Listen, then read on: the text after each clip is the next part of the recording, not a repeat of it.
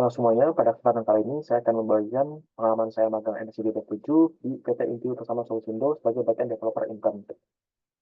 Pada presentasi ini ada 5 bagian yang saya bahas, yaitu profil mitra, posisi penempatan, proyek dan latar belakang, relevansi perkuliahan, serta wawasan dan saran. Profil mitra. PT Inti Utama Solusindo adalah bagian dari Paros Group, suatu perusahaan industri farmasi didirikan sejak 1971. PT Inti Utama Solusindo berfokus di dalam perkembangan teknologi perangkat lunak, robotik dan alat medis, serta industri pangan sehat.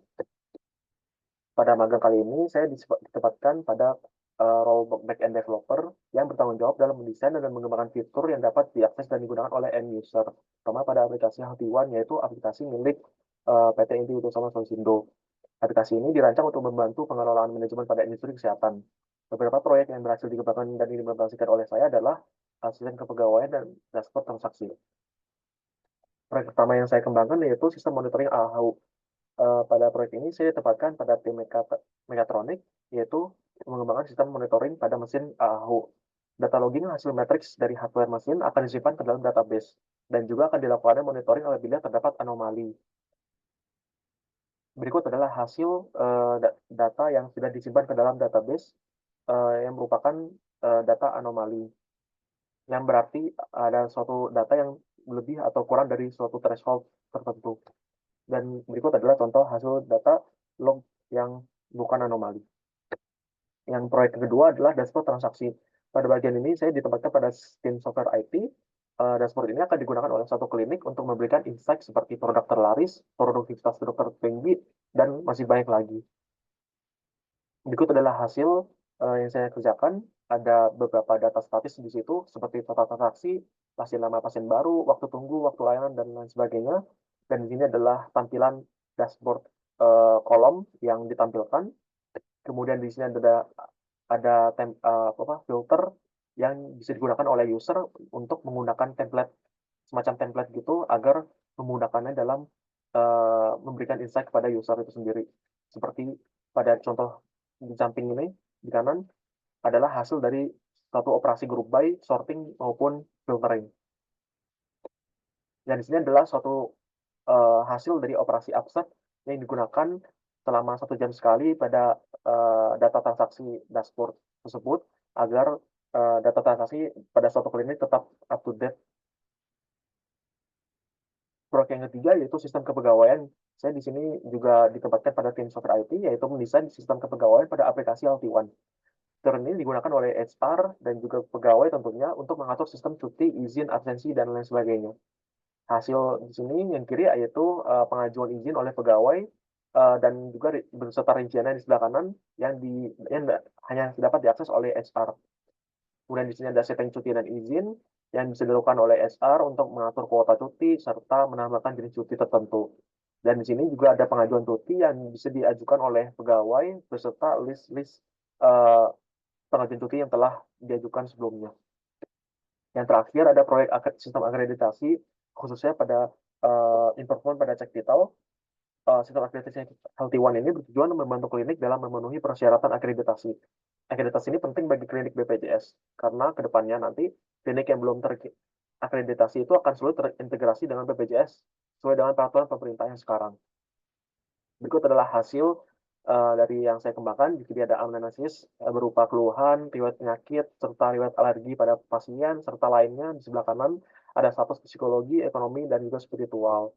Dan di sini ada anatomi, yaitu apabila pasien mengalami penyakit pada bagian tubuh tertentu beserta keterangannya. Dan di kanan adalah apabila sebuah anatomi telah disimpan dan sudah diintegrasi oleh API Satu Sehat. Teknologi yang digunakan yang pertama adalah Python sebagai bahasa pemrograman utama yang saya gunakan dengan proyek sebelumnya yang saya kerjakan. Yang kedua ada Arduino, yaitu khusus pada proyek sistem monitoring AHU karena harus berintegrasi dengan hardware sehingga harus menggunakan Arduino. Kemudian ketiga ada PostgreSQL, yaitu sebagai database relational database management system untuk menyimpan data tertentu. Kemudian yang keempat ada Django sebagai framework backend untuk sebuah web application. Yang kelima ada GCP, Google Cloud Platform sebagai tempat untuk menyimpan storage ataupun tempat untuk deployment suatu instance ke dalam sebuah cloud. Yang keenam, yang terakhir adalah library Django REST Framework yang merupakan library untuk mendevelop sebuah API, RESTful API yang disediakan oleh Django. Relevansi perkuliahan. Yang pertama ada pemrograman berbasis platform PBP. Relevansi ini mungkin di sini diajarkan dasar-dasar dari cara kerja dari uh, web server dan juga klien, dasar-dasarnya. Kemudian basis data akan diajarkan uh, database secara general, khususnya relational database management system. Kemudian ada permohonan lanjut.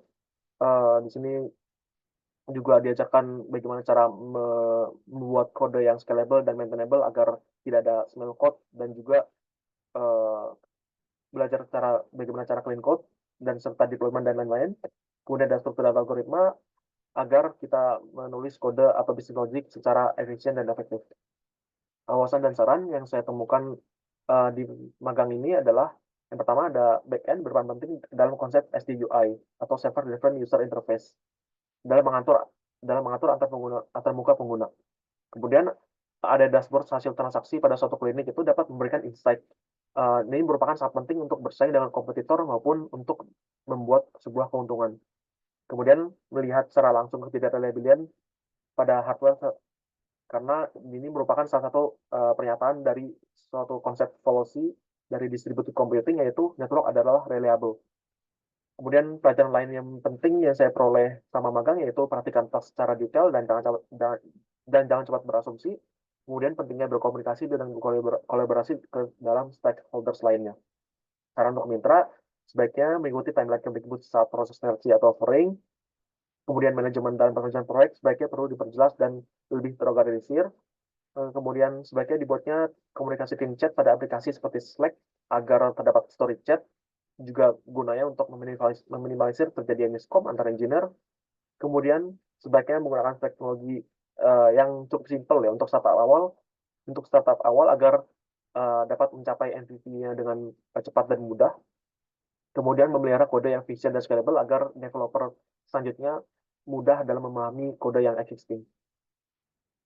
Dan untuk fakultas, mungkin informasi mengenai MBKM sebaiknya dibagikan pada Discord dan juga Scale agar notifikasi dapat muncul apabila ada informasi penting. Kemudian saran untuk calon peserta magang Kemdikbud selanjutnya, mungkin yang pertama itu pahami atau review kembali konsep fundamental selama perkuliahan secara menyeluruh, kemudian siapkan portofolio dan resume yang terbaik, rajin memantau email terutama di spam ataupun promotion untuk undangan wawancara, dan yang paling penting perhatikan secara detail jarak atau perjalanan dari tempat asal ke tempat magang, karena kebanyakan magang di dalam MSIB ini dilakukan secara full WFO. Kemudian yang terakhir siapkan fisik dan mental. Terima kasih atas perhatiannya. Mohon maaf apabila ada kesalahan. Sekian dari saya. Terima kasih.